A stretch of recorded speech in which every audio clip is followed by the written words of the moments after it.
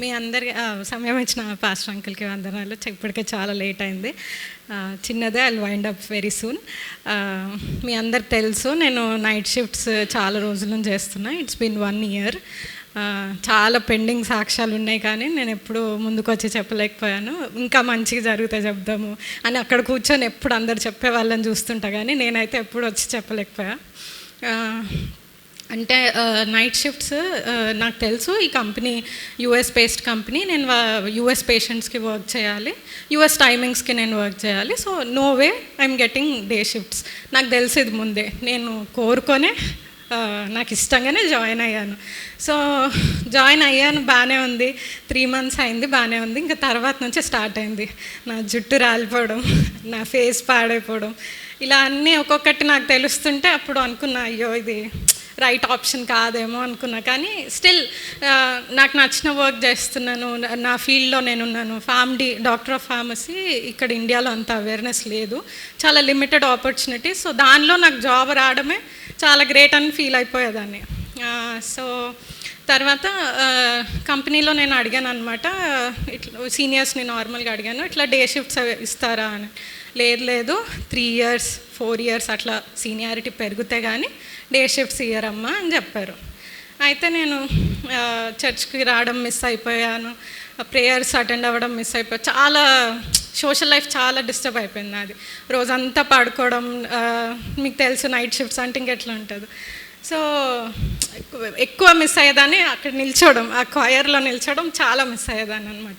ఎందుకంటే చిన్నప్పటి నుంచి all of you have seen me growing here. పాటలు పాడడం, మా ఫ్యామిలీ కూడా గ్రాండ్ ఫాదర్స్ అందరు పాటలు పాడడం, ఇదంతా ఒక రిచువల్. ఇది నేను అస్సలు కాంప్రమైజ్ కాలేను. కానీ ఈ జాబ్ వల్ల కాంప్రమైజ్ అవ్వాల్సి వచ్చింది. నా 24 years ఆఫ్ ఆ రిచువల్ని నేను కాంప్రమైజ్ అయ్యా. సో నేను ఒకటే ప్రేయర్ చేసుకుంటూ ఉండేదాన్ని, దేవా నాకు డే షిఫ్ట్స్ కావాలి. నాకు తెలీదు నువ్వు ఎట్లా ఇస్తావో, నాకు డే షిఫ్ట్స్ కావాలి.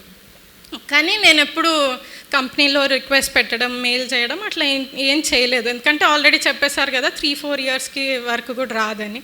సో నేను ఒకరోజు అంకుల్ ఇక్కడ నార్మల్గా సర్వీస్ అయిపోయాక ప్రేయర్ చేస్తూ ఉన్నారు. ప్రేయర్ చేస్తారు. నేను లోపల అనుకుంటున్నా, నాకు ఓన్లీ ఒక్కటే కావాలి, నాకు డే షిఫ్ట్స్ కావాలి అంతే. ఈ జాబ్ ఉండాలి, డే షిఫ్ట్స్ కావాలి, నాకు ఇంకేం వద్దేసాయా అని ప్రేయర్ చేసుకుంటున్నా. అంకుల్కి నేను చెప్పలేదు, రిక్వెస్ట్ చేయలేదు, ఏం చేయలేదు. అంకుల్ కళ్ళు తెరిచి అయిపోయింది పో అని అన్నాడు. అయితే నేను అనుకున్నా, నేను లోపల అనుకుంటున్నా, అసలు నేను అంకుల్కి చెప్పను కూడా చెప్పలేదు. అంకుల్కి ఎవరు చెప్పారు నేను ఇట్లా అనుకుంటున్నా అని నేను అనుకున్నా. మళ్ళీ ఇంటికి వెళ్ళాను. ఇంకా అట్లనే 6 months అయిపోయింది, 8 months అయిపోయింది. నా హెల్త్ కూడా చాలా ఫేస్ చేస్తున్నాను ఇంట్లో, కానీ చెప్పలేను. ఎందుకంటే నేను ఇష్టంగా జాయిన్ అయ్యా కదా, నేను కంప్లైంట్ కూడా చేయలేను ఇంట్లో. సో 1 year అయిపోతుంది. ఇంకా June 30 1 year అయిపోయింది. ఇంకా రివ్యూ మీటింగ్ జరుగుతుంది. ఆ మీటింగ్లో రిక్వెస్ట్ చేద్దామని మెయిల్ అంతా రాసి పెట్టుకున్నా, నాకు ఇట్లా హెల్త్ ప్రాబ్లం ఉంది, నాకు డే షిఫ్ట్స్ ఇవ్వండి అని అంతా రాసి పెట్టుకున్నా, డ్రాఫ్ట్లో పెట్టుకున్నా, సెండ్ చేయలేదు. నేను ఎవరిని రిక్వెస్ట్ చేయలేదు. సో June 30 నేను లాగిన్ అయ్యాను. ఇంట్లోనే వర్క్ ఫ్రమ్ హోమ్ కాబట్టి లాగిన్ అయ్యాను, అంతా బాగానే ఉంది. మా మేనేజర్ కాకుండా ఇంకా పైన మేనేజర్, హెడ్ మేనేజర్ ఒక ఆయన నాకు ఒకటి మెసేజ్ పంపించాడు అనమాట, Soumya we are planning you to schedule to other shift అని యూఎస్ టైమింగ్స్ పంపించాడు. 6:30 to 3:30 PM అని పెట్టాడు.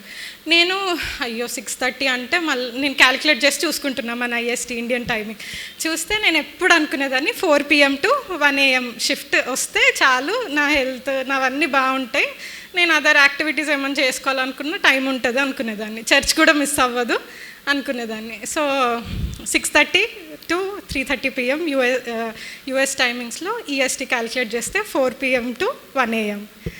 Go, you are done, you got morning shifts. Soumya we are planning you to shift morning shift. Morning ఎవరో మెటర్నిటీ లీవ్కి వెళ్తున్నారు, యు ఆర్ రిప్లేసింగ్ హర్ అని చెప్పారు. నేను అడగలేదు, నేను ఎప్పుడు వాళ్ళని రిక్వెస్ట్ చేయలేదు, కానీ అందరు నా గురించి ప్రేయర్ చేస్తున్నారు. చర్చ్కి వచ్చిన ప్రతిసారి అయ్యో ఫేస్ అంతా పాడైపోయింది అని సింపతి ఫేస్ చూపించేవాళ్ళు నాకు.